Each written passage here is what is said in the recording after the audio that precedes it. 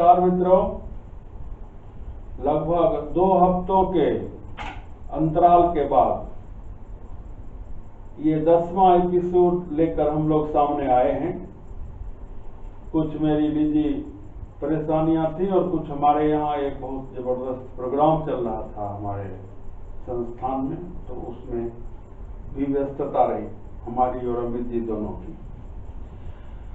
पिछले एपिसोड में हम काशी में थे कबीर के साथ, और मुख्य जो हमारी चर्चा हो रही थी कि आध्यात्मिक क्लेशों को दूर करने का एक ही उपाय है कि अविद्या से मनुष्य मुक्त हो। अविद्याएं 8 बताई गई थी कि नित्य को अनित्य समझना, अनित्य को नित्य समझना 2 हो गया, अशुद्ध को शुद्ध समझना, शुद्ध को शुद्ध समझना 4 हो गया, अस्थाई को अस्थाई समझना, अस्थाई को स्थाई समझना 6 हो गया, और 2 और, तो 8 अविद्याएं हैं। अगर मनुष्य नित्य को नित्य समझने लगे और अनित्य को अनित्य समझे तो उसके कष्ट दूर हो जाएंगे। हम अगर शुद्ध को, हमारे अंदर ये क्षमता विकसित हो कि हम शुद्ध को शुद्ध समझने लगें, अशुद्ध को अशुद्ध, तो भी हमारी समस्याएं मिट जाएंगी।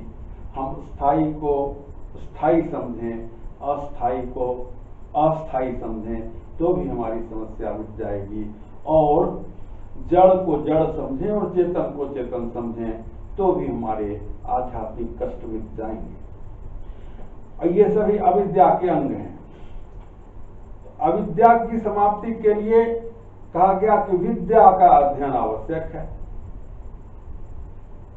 जैसे अंधकार की समाप्ति के लिए प्रकाश चाहिए, तो अविद्या की समाप्ति के लिए विद्या चाहिए। विद्या अध्ययन बड़ा कठिन है, उसके लिए साधन चाहिए, समय चाहिए, पूरा परिवेश चाहिए।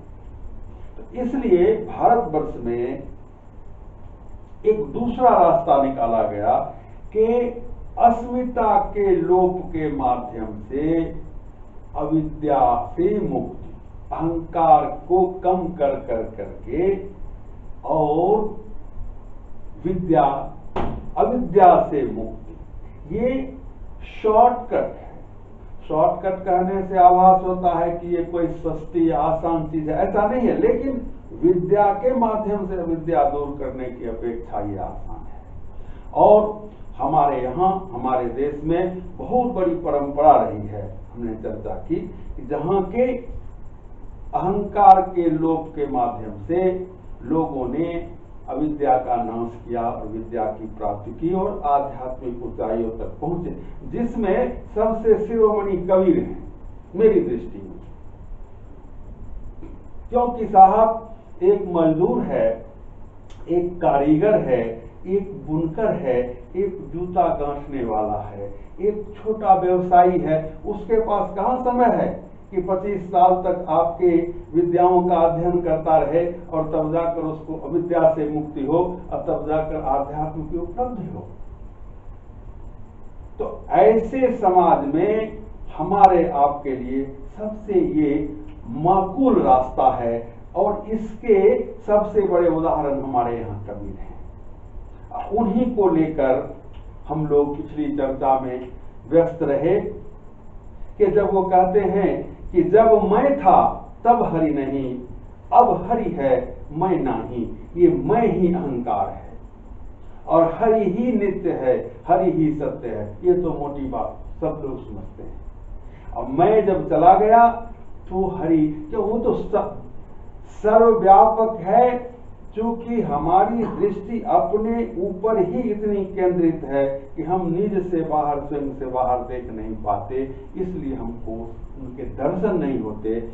और जब से मैं से बाहर निकलेंगे तो तुरंत दर्शन हो जाएगा। एक और दोहा हमने उद्धृत किया था कि यह तो घर है प्रेम का, खाला का घर नहीं, शीश काट भूमि पर धरो तब बैठो या माही।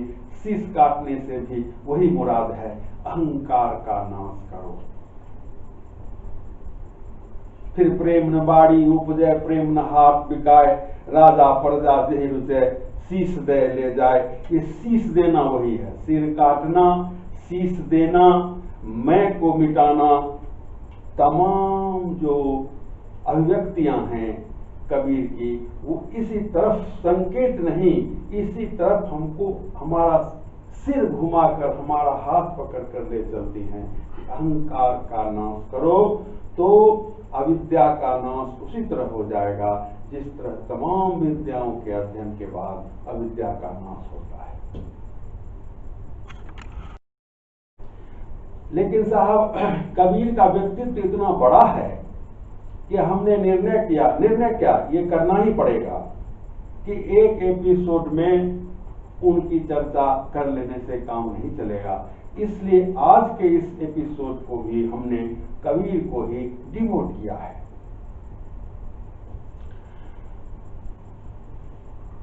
अहंकार का नाश सुनने में तो बहुत कठिन मालूम होता है, क्योंकि आधुनिक मनोविज्ञान ने, यूरोप ने हमको सिखाया है कि ईगो ही है जो हमको जिंदा रखता है। ये ईगो ही है जो हमको सक्रिय रखता है। ये ईगो ही है जो हमसे हर तरह की गतिविधियां करवाता है। और इसको कम करने का तो मनुष्य बहुत कठिन होगा ये। लेकिन हमारे संतों ने खास करके एक रास्ता दिखाया, सहज साधना का मार्ग। आजकल साहब देखिए, साधना के कितने संस्थान चल रहे हैं, कितने विश्वविद्यालय खुल गए हैं, पाठ्यक्रम चल रहे हैं, जहां दिन और रात सिर्फ और सिर्फ साधना होती है। सुबह से शाम तक साधना सिखाई जाती है। मालूम ऐसा होता है कि साधना के अलावा इस संसार में और कोई काम नहीं है। तो अगर अमीर का बच्चा है तो वो तो ये करेगा, लेकिन गरीब का बच्चा सुबह से शाम तक साधना में लगा रहेगा तो खाएगा क्या? तो क्या इसका मतलब उसको साधना का अधिकार नहीं है? अवश्य है। अब कबीर उसी में थे। गरीब का बच्चा अनाथ फेंके हुए पाए गए थे, तो उन्होंने सहज साधना का मार्ग निकाला। और साहब जो हिंदी साहित्य के विद्यार्थी हैं उनको ये पता है कि सहज साधना का मार्ग कबीर से पहले भी सिद्ध साहित्य में सिद्ध लोग निकाल चुके थे। उसी मार्ग पर आगे चलते हुए कबीर, और कबीर की एक विशेषता है कि कबीर के साहित्य में व्यंग बहुत मिलता है। आदमी जो पका हुआ होता है संसार से वही व्यंग कर सकता है। जो सब दिन सुख के पालने में झूला है वो व्यंग नहीं कर सकता। तो कठिन साधना पर जिससे जो सब नहीं कर सकते उसके ऊपर व्यंग करते हुए कबीर ने कहा है कि झिलमिल झगड़ा झूलते बाकी बचा न काऊ, गोरख अटके कालपुर कौन कहावे साहू। सिद्ध और नाथ दोनों समानांतर चलती हुई परंपराएं हैं, लेकिन नाथ साहित्य में कठिन साधना पर जोर था और सिद्ध साहित्य में सहज साधना पर जोर था। कबीर नाथ पंथ से भी प्रभावित थे और सिद्ध पंथ से भी प्रभावित थे, लेकिन ज्यादा झुकाव उनका सिद्ध पंथ की ओर ही हुआ, क्योंकि इसमें सहज साधना को स्वीकृति दी गई थी। तो झलमल झगड़ा झूलते बाकी बचा न काहू, गोरख अटके कालपुर कौन कहावे साहू। बहुत दिवस ते हिंदिया सुन्न समाधि लगाई, करहा पड़िगा गार में दूर पड़ा पछताई। एक एक शब्द का अर्थ बताने की जरूरत नहीं है। मोटे तौर पर कबीर जो है कठिन साधना, कृच्छ साधना, जिसमें शरीर को कष्ट देकर साधना की जाती है, दिन और रात सिर्फ साधना में ही व्यतीत होने वाला हो, उसका वो विरोध करते हैं और कहते हैं कि अंत में पश्चाताप के सिवा कुछ भी हाथ नहीं लगता। दूसरी तरफ सहज साधना क्या है कि हर चीज करते हुए दैनंदिन जीवन के तमाम कर्तव्यों को पूरा करते हुए और साथ साथ समानांतर रूप से हम साधना में भी संलग्न रहते हैं, उसी को कहा गया है सहज साधना। और कबीर की वाणी है कि संतों सहज समाधि भली। सहज मतलब स्वाभाविक, नेचुरल। गुरु प्रसाद जा दिन ते उपदी, दिन दिन अधिक फली। गुरु की कृपा से, गुरु के बताए हुए मार्ग पर चलकर सहज समाधि, सहज साधना में जब मैं लगा तो उसमें दिन दिन विकास हुआ। कबीर कहते हैं कि जहाँ जहाँ डोलो सोई परिक्रमा। आप जानते हैं कि वो बुनकर थे, बाजार से सूत लाते थे, घर में बैठ के कपड़ा बुनते थे, फिर उस कपड़े की गांठ बनाकर सिर पर लादकर बाजार में बैठकर बेचते थे, फिर घर के लिए दाल चावल सौदा खरीदते थे, वापस फिर घर आते थे। तो इसीलिए कहते हैं कि जहाँ जहाँ डोलो सोई परिक्रमा, जोई जोई करो सो पूजा। मैं अगर करघा चलाता हूं तो वही पूजा है। आज भी आप देखिए सिद्धांत है कि कर्म ही पूजा है, वर्क इज वर्शिप। जब सोवो तब करो दंडवत, और जब मैं तमाम अपने कर्तव्यों को पूरा करके थक कर जब सो जाता हूं तो वही दंडवत है। भाव मिटावो दूजा। ये जो दुई का भाव है कि मैं अलग हूं और ईश्वर अलग है, मुझको उसे प्राप्त करना है, कहीं जाकर ढूंढना है, तब वो मिलेगा। इस चीज को मिटाते हैं।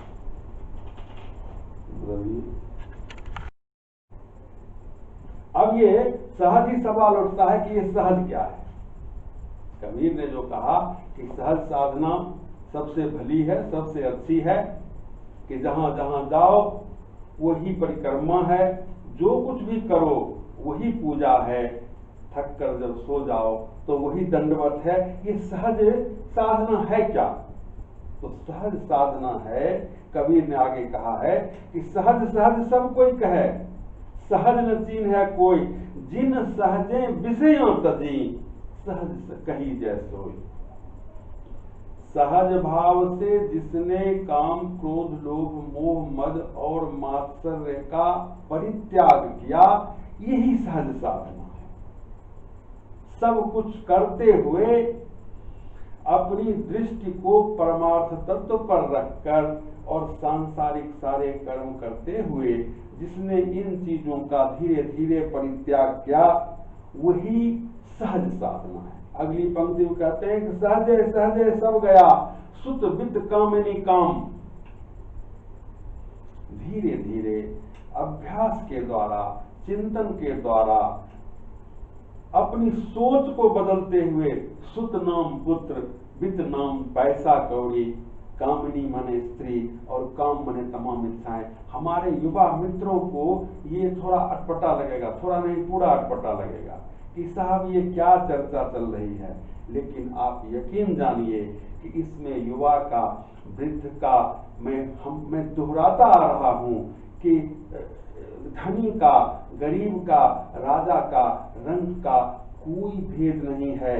अगर इस प्रकार का दृष्टिकोण आप रखेंगे तो आप युवा हैं, मैं तो कहता हूं आपको सबसे ज्यादा मदद मिलेगी, क्योंकि सुतवित कामिनी काम का चक्कर युवा अवस्था में सबसे ज्यादा होता है। आज आप कोई भी टीवी चैनल देख लीजिए, रात दिन एक ही नौजवान की चर्चा हो रही है और एक से एक चीजें सामने आ रही हैं जो इन्हीं चीजों से संबंधित हैं। सुख से, वित्त से, कामिनी से, काम से। 14 करोड़ रुपया कहाँ गया? हमारे देश की सर्वोच्च संस्था एक खुफिया विभाग की इसी के पीछे लगी हुई है। 14 करोड़ कहाँ गया? तो इसलिए युवाओं के लिए मेरी समझ में ज्यादा ये जरूरी है। हमको अफसोस है कि हम लोगों को इन चीजों से पढ़ते आए हैं लेकिन समझ नहीं पाए उस समय।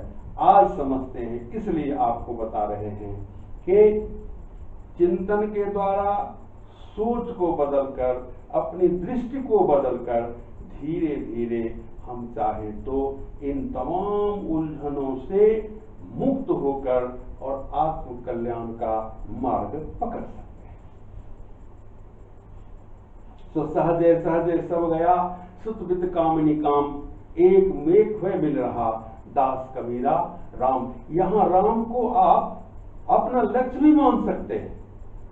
और युवाओं से तो मैं ये विशेष रूप से कहूंगा कि राम का तात्पर्य है लक्ष्य।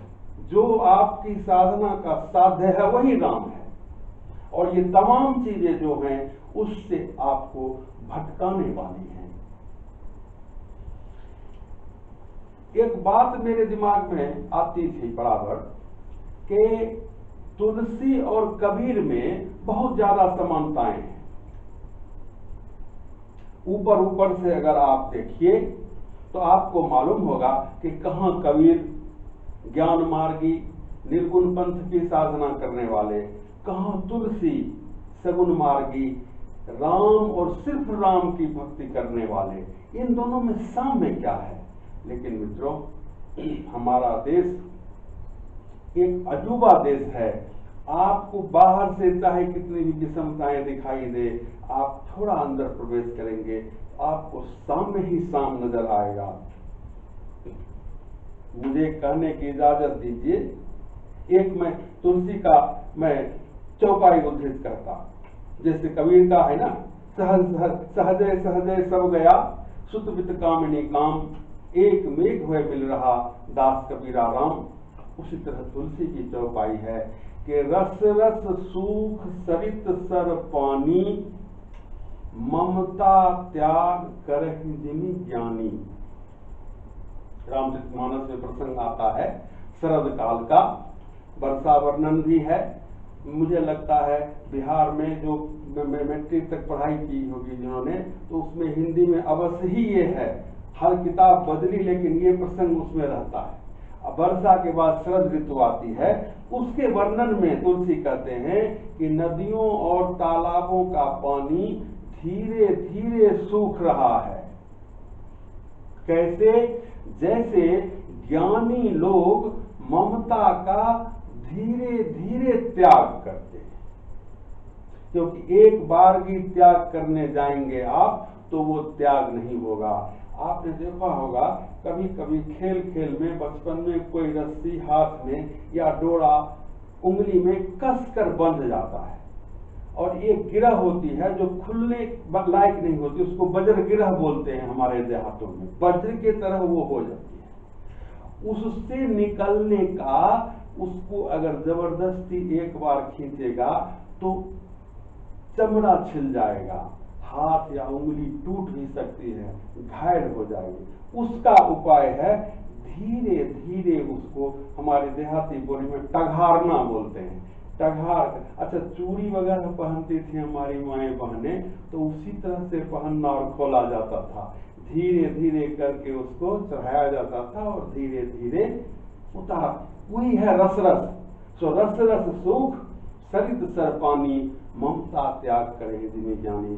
ज्ञानी पुरुष धीरे धीरे अपनी ममता का त्याग करते हैं, जैसे नदियां और तालाब और सरोवर शरद ऋतु में धीरे धीरे अपने जल को कम करते हैं। दूसरी एक घोषणा मैं करता हूं कि कबीर तुलसी के चाचा गुरु थे। देखिए, गुरु परंपरा जो है वो भी परिवार की तरह होती है, गुरु पिता के समान होता है। गुरु का बेटा गुरु भाई कहलाता है। तो गुरु का भाई क्या कहलाएगा? गुरु का पिता दादा गुरु कहलाता है, तो गुरु का भाई क्या कहलाएगा? चाचा गुरु। सो तुलसी के चाचा गुरु थे कबीर। पूछिए कैसे? तो कैसे का मतलब मैंने बार बार निवेदन किया है कि कोई भी बात मनगढ़ंत, कोई भी बात अपनी कल्पना से, कोई भी बात मैं ऐसा नहीं बोलता जिसका शास्त्र से प्रमाण न हो। इधर उधर वो चावड़ी बाजार वाली किताब में छपी हुई चीज नहीं, शास्त्र से कोई प्रमाण न हो। गुरु रामानंद के शिष्य थे कबीर, ये मानी हुई बात है। रामानंद से ही कबीर ने राम नाम की दीक्षा दी थी। रामानंद के कबीर के अलावा 11 और शिष्य थे। रामानंद के 12 शिष्य, अनंतानंद, सुखानंद, अनंत सुख, सुर सुर, सुरसुरानंद, अनंत सुख सुरसुर नरहर। ये हमने याद करने की अपनी शैली बनाई है, पूरा नाम नहीं, उनका शुरू का नाम। तो अनंत सुख सुरसुर नरहर भव, अनंतानंद सुखानंद सुरसुरानंद नरहरियानंद भवानंद, पीपा सेना धना कबीर। कितना हुआ? रैदास, ये 10 होते, आप गिनिएगा। अनंत सुख सुरसुर नरहर भव, पीपा सेना धना कबीर रैदास, 10 भय। 2 इसमें महिलाएं थी, एक का नाम था पद्मावती और दूसरे का नाम था सुरसुरी। अब देखिए, सुरसुरी नाम सुन के बहुत लोग हंसता है। मैं अपने गांव में कथा कर रहा था तो 9 दिनों की, तो ये सुरसुरेश्वरी नाम होगा उसका। लेकिन गरीब के साथ एक ये भी समस्या है कि कितना भी अच्छा नाम माँ बाप रख दे, लोग उस नाम को बिगाड़ देते हैं। सुरसुरानंद का सुरसुरेश्वरानंद नाम होगा, लेकिन लोगों ने उसको सुरसुरानंद कर दिया। तो जो भी हो, तो 12 शिष्यों में अनंतानंद सुखानंद अनंत सुख सुरसुर नरहर, नरहरियानंद स्वामी रामानंद के ही गुरु शिष्य थे, जिन रामानंद के शिष्य कबीर भी थे। और तुलसी के गुरु नरहरियानंद थे, जो रामचरितमानस में स्वयं उन्होंने लिखा है, बंदो गुरुपद कंज कृपा सिंधु नर रूप हरि, महामोहतम कुंज जासु बचन रवि कर निकर। मैं अपने गुरु के चरणों की वंदना करता हूँ, चरण कमलों की। बंदो गुरुपद कंज कृपा सिंध नर रूप हरि, नरहरियानंद का ही जिक्र उन्होंने किया है, नर रूप हरि कहकर। महामोहतम पुंज, अंधकार रूपी मोह के महान अंधकार को जिनके वचन ऐसे दूर करते हैं जैसे रात्रि के अंधकार को सूर्य का प्रकाश दूर कर देता है। तो साहब, इससे यह साबित हुआ कि कबीर तुलसीदास जी के चाचा गुरु थे। ऊपर से ये बात कभी समझ में नहीं आती, कभी इसकी तरफ ध्यान ही नहीं जाता। लेकिन अब मैंने कहा कि यह देश ऐसा महान है, ऊपर की तमाम विसंगतियों, तमाम असंगतियों, तमाम भेदों के नीचे जब आएंगे तो आपको एक उसी सत्य के साक्षात्कार होंगे जो सत्य की परम सत्य है। बहुत बहुत धन्यवाद। आज हम लोग इसको अपलोड करेंगे, आप लोग इसको देखिए। और अगले एपिसोड में थोड़ी सी रैदास जी महाराज की, क्योंकि वो भी उसी रामानंद के 12 शिष्यों में से थे और उसी काशी के निवासी थे। और तब हम लोग अपनी कहानी को दक्षिण की तरफ लाएंगे। बहुत बहुत धन्यवाद।